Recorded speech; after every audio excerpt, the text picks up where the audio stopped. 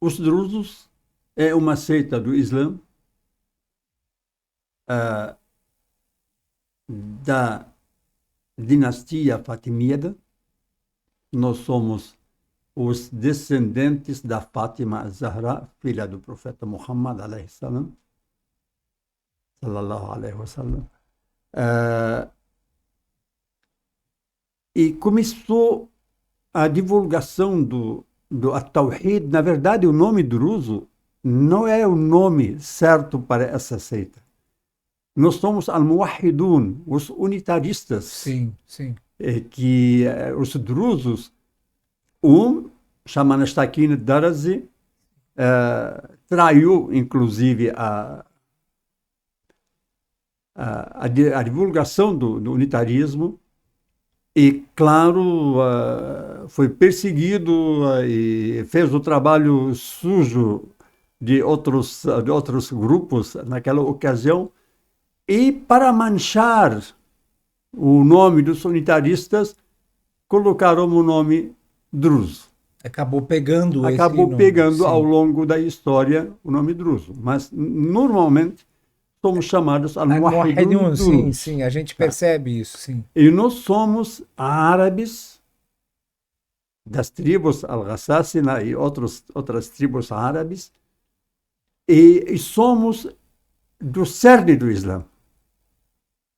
Salman al-Farisi, alayhi salam, era companheiro do profeta, Muhammad, sim. e o profeta falava que o Salman al-Farisi é o cérebro do Islã.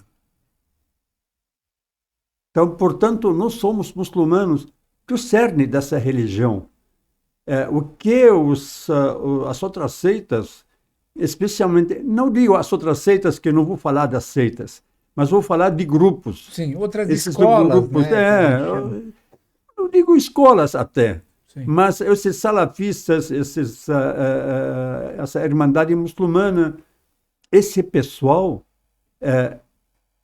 eles não têm ideia sobre os drusos e o comprometimento deles com a pátria, com a religião. Sim.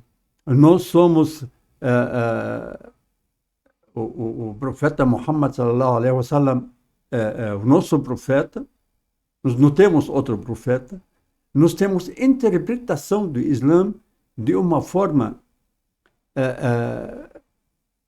mais, metafísica. Tá? Então, nós temos... Mas os princípios, o que assim as pessoas precisam assim levar em consideração é que existem bases, princípios em comuns, O Islã. que é o Islã, Sim. que é a unicidade de Deus, aceitar o profeta Muhammad como o mensageiro de Deus. Exatamente, estes são as bases. Essas são as bases. Sim. Mas nós temos, por exemplo, a consciência cósmica. Sim. Até no Islã existe isso, não é a nossa consciência cósmica que rege o universo. Sim. Essa parte, se a gente entrar nisso, a gente vai levar umas 2 horas, mas só para falar um pouco por cima sobre isso. E nós temos, como nós tem a consciência cósmica, tem a consciência humana. Sim. E eles devem estar conectados. Se a nossa mente não for pura, a gente não consegue receber da consciência cósmica. Uhum. Como nós estamos num estúdio, não adianta fazer uma boa gravação, uma boa imagem, se o receptor do outro lado não tiver uma boa televisão. Sim. Então, essa conexão entre o macro e o micro é de extrema importância no drusismo. Dentro da escola drusa, né? Dentro da escola drusa. Muito bom. E assim, a comunidade drusa, existe uma estimativa de onde vivem, em quais regiões, quantos milhões de drusos estão vivendo no Oriente Médio? Os drusos estão precisamente na Síria, Líbano, Palestina e Jordânia. Esses 4 países têm drusos. Houve, numa certa época, algumas especulações que tem na Tunísia, que tem na Turquia, que tem... mas isso é mais concentrado ali. não pode, talvez poucas comunidades, mas a grande concentração é Síria, em torno de 800 mil drusos. Que é ali quase 4%, quase, né? Em torno de 3% da 3%. população síria. Sim.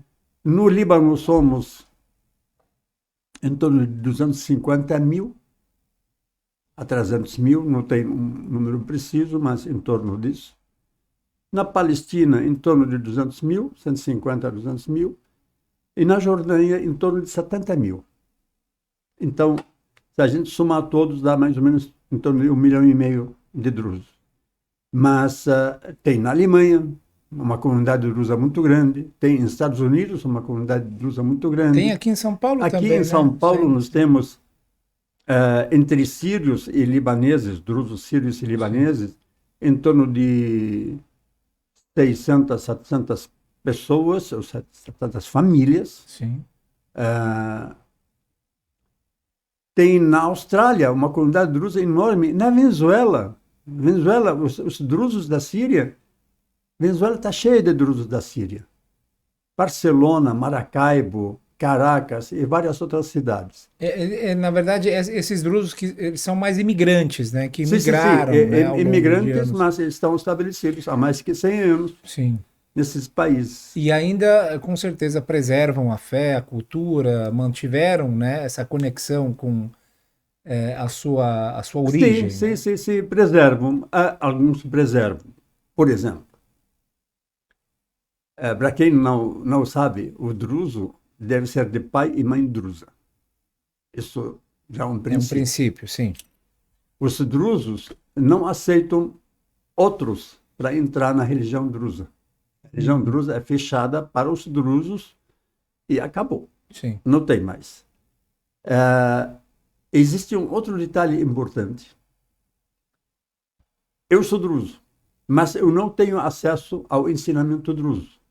Para eu ter acesso ao ensinamento druso, eu preciso ser religioso druso. Eu sou druso, de pai druso e de mãe drusa. Mas não tenho acesso ao ensinamento, aos livros de ensinamento, que chama Al-Hikmah, a sabedoria. E a sabedoria nada mais, nada menos do que cartas trocadas entre os estudiosos e a análise sobre o Islã e a relação do macro com o micro e da comunidade em si. E esses livros são restritos aos religiosos. Portanto, aqui no Brasil, ou na Venezuela, ou em qualquer lugar na imigração, a gente não tem acesso. A gente preserva a cultura. A nossa cultura árabe. Não é a cultura drusa. Que tem muita gente que fala, mas a cultura ortodoxa. Não existe cultura ortodoxa. Não existe cultura muçulmana. Sim. Porque existe cultura da região. Sim. A cultura é mais regional. Né? Regional. Por exemplo... O Islã, o cristianismo é uma fé, né? Exatamente. E não são culturas, né? Não são tradições ou práticas, como se diz. Não são costumes. Eles não são costumes. Exatamente. Por exemplo, na Indonésia, os muçulmanos na Indonésia ou no Irã, eles têm costumes totalmente diferentes de que os muçulmanos que estão no Líbano, na Síria. Por exemplo, sim. Porque a cultura é regional. Uhum. Outro detalhe importante é que o judaísmo, o judeu do Oriente Médio é totalmente diferente de que o judeu da Bulgária, da Polônia, Europa, por exemplo. Europa em geral. Por quê?